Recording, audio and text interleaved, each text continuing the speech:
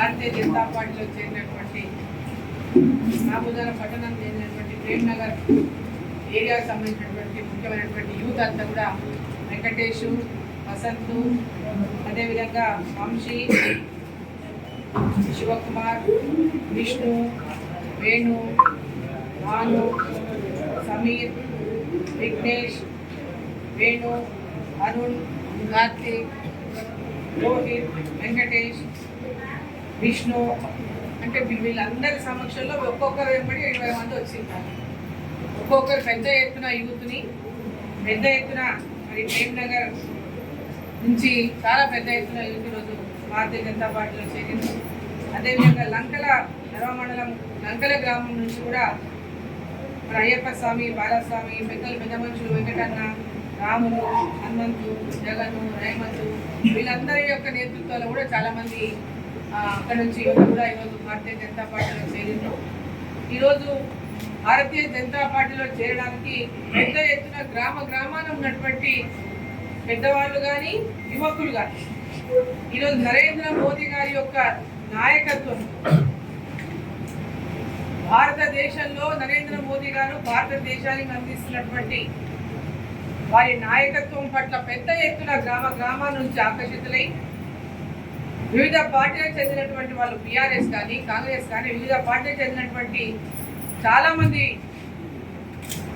రైతులు కానీ పెద్ద మనుషులు కానీ వివిధ వర్గాలకు చెందినటువంటి వాళ్ళు కానీ యువత కానీ చాలా పెద్ద ఎత్తున భారతీయ జనతా పార్టీలో చేరడానికి పెద్ద ఎత్తున ఆకర్షితులు అవుతున్నారు. దాంట్లో ఈరోజు ఎలక్షన్లు అంటే 2000 సమయం లోపల మనకి ఎన్నికలు జరగబోతున్నాయి. పార్లమెంట్ ఎన్నికల్లో మహబూబ్ నగర్ పార్లమెంటు స్థానాన్ని, ఉమ్మడి మహబూబ్నగర్ జిల్లాలోని నాగర్ కర్నూలు పార్లమెంటు స్థానాన్ని, 2 స్థానాలను కూడా భారతీయ జనతా పార్టీ గెలవాలి అనేటువంటి ఒక తపన ఇవాళ ప్రజల లోపల కనిపిస్తా ఉంది. ముఖ్యంగా యూత్ అంతా కూడా నరేంద్ర మోదీ గారి యొక్క నాయకత్వం పట్ల మళ్ళీ నరేంద్ర మోదీ గారు ప్రధానమంత్రి కావాలి, ఈ దేశంలో యువత యొక్క భవిష్యత్తు గురించి ఆలోచించేటటువంటి ఒక నాయకుడు నరేంద్ర మోదీ గారు.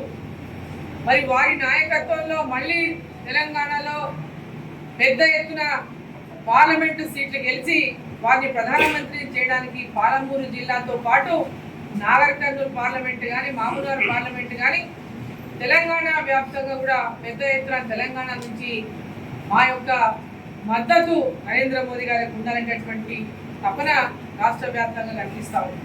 అంటే ఇవాళ మహబూబ్ నగర్లో కూడా అదేవిధంగా ఎక్కడికి వెళ్ళినా యువత కానీ పెద్దవాళ్ళు కానీ వివిధ వర్గాలతో కలిసి మాట్లాడినప్పుడు కానీ ఖచ్చితంగా ఈసారి భారతీయ జనతా పార్టీని గెలిపిస్తాం, నరేంద్ర మోదీ గారు ఈ దేశానికి మళ్ళీ ప్రధానమంత్రి కావాలి, చాలా అవసరం మోదీ గారు ప్రధానిగా ఈ దేశానికి ఉండాల్సినటువంటి అవసరం ఉందనేది ప్రతి ఒక్కరి నోట వినిపిస్తున్నటువంటి మాట.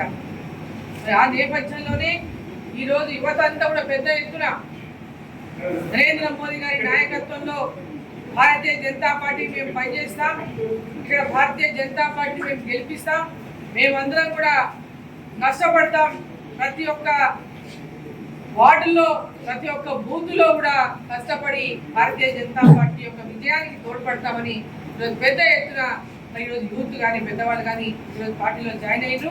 వారికి అందరికీ కూడా నా యొక్క హృదయపూర్వకమైనటువంటి సుస్వాగతం.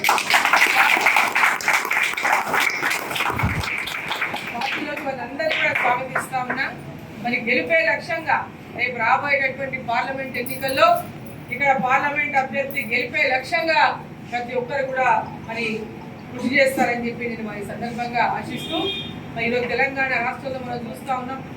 అధికారంలోకి వచ్చినటువంటి పార్టీ, అధికారంలో దిగిపోయినటువంటి పార్టీ, 2 పార్టీలు కూడా ఈరోజు ఇరు పార్టీలు కూడా వాళ్ళ యొక్క నేనంటటువంటి విధంగా ఈరోజు పబ్లిక్లో ఏ విధంగా ప్రజలని మోసం చేయాలి, ఆయన పావులా చేస్తే నేను ₹1 చేస్తే నేను రూపాయి మోసం చేయాలనే విధంగా ఈరోజు నడుస్తా ఉంది తెలంగాణలో రాజకీయం.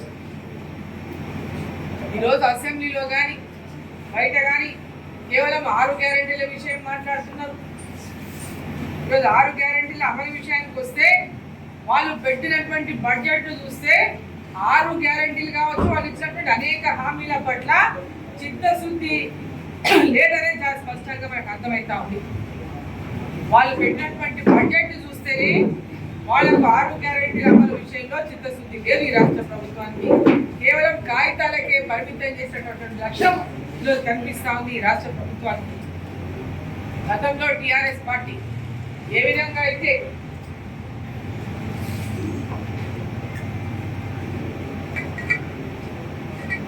ప్రజలకు అనేక హామీలు ఇచ్చి ప్రజలు ఏ విధంగా మోసం చేసిందో, ఇవాళ కాంగ్రెస్ పార్టీ కూడా ఎన్నికల సమయంలో అదే రకంగా ప్రజలు మోసగించినటువంటి హామీలు ఇచ్చింది. పెన్షన్ల విషయంలోనే కానీ 4000 పెన్షన్ చేస్తామని, రైతులకు రుణమాఫీ 2 లక్షల రూపాయలు చేస్తామని, అదేవిధంగా మహిళలకు 2500 ప్రతి మహిళకు ఇస్తామని, అదేవిధంగా పెళ్లి చేసుకునేటటువంటి పిల్లలకి పెళ్లి ఆ కుటుంబానికి ఎవరికైతే పెళ్లి అవుతుందో పెళ్లి సందర్భంగా అమ్మాయి పెళ్లి సందర్భంగా 1,00,000 రూపాయల క్యాష్ 50 తులం బంగారం ఇస్తారని చెప్పి చెప్పడం జరిగింది. మరి ఇవన్నింటికి చూస్తే వీటితో పాటు ఎన్నో ఇంకా హామీలు కూడా ఎన్నో హామీలు వాళ్ళు చెప్పినటువంటి హామీలు చూస్తే 400కు పైగా ఉన్నాయి. 6 గ్యారెంటీ అనేది పైన నంబర్ మాత్రమే. చదువు అంటే యువతకు ఉద్యోగాల పట్ల కానీ, చదువుకున్నటువంటి విద్యార్థులకు ఉద్యోగం వచ్చేంత వరకు కూడా నిరుద్యోగ వృత్తి ఇస్తామని ప్రకటించింది ప్రియాంక గాంధీ గారు. దాని గురించి ఎవరు మాట్లాడటమే లేదు ఇవాళ. సో ఇవాళ తెలంగాణ రాష్ట్రంలో ఎలక్షన్లు వస్తున్నాయి కాబట్టి ఈ పార్లమెంట్ ఎలక్షన్ల కోసం ఏదో చేస్తాం, మేము చేస్తున్నటువంటి నమ్మకాన్ని కలిగించడానికే ఈరోజు కాంగ్రెస్ పార్టీ ప్రయత్నం చేస్తాం. ఇక బీఆర్ఎస్ పార్టీ పరిస్థితి తెలిసే ఉంది. ఈరోజు బీఆర్ఎస్ పార్టీ ప్రజల్ని మోసం చేసి ఈరోజు అధికారంలోకి వచ్చింది. మేడిగడ్డ కూలిపై దశకు చేరుతున్నది. మేడిగడ్డ ఈరోజు కాళేశ్వరం ప్రాజెక్టు లక్షల కోట్ల రూపాయలు నీటి పాలు అయినటువంటి పరిస్థితి మనం చూస్తాము.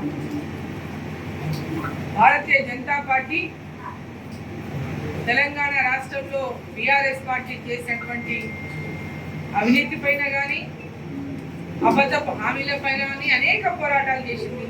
ప్రజల లోపల పెద్ద ఎత్తున చైతన్యాన్ని తీసుకొచ్చింది. పోరాటాలు చేసి పెద్ద ఎత్తున Bharatiya Janata party BRS party పైన ప్రజల లోపల తీవ్రమైన వ్యతిరేకతను సృష్టించడంలో కీలక పాత్ర పోషించింది. ఈరోజు అనేక అబద్ధపు హామీలతో కానీ, అబద్ధపు దుష్ప్రచారాలతో కానీ బొటాబొటిగా మెజార్టీతో ఈరోజు అధికారంలోకి వచ్చినటువంటి కాంగ్రెస్ పార్టీ 6 గ్యారంటీల పేరైతేనేమి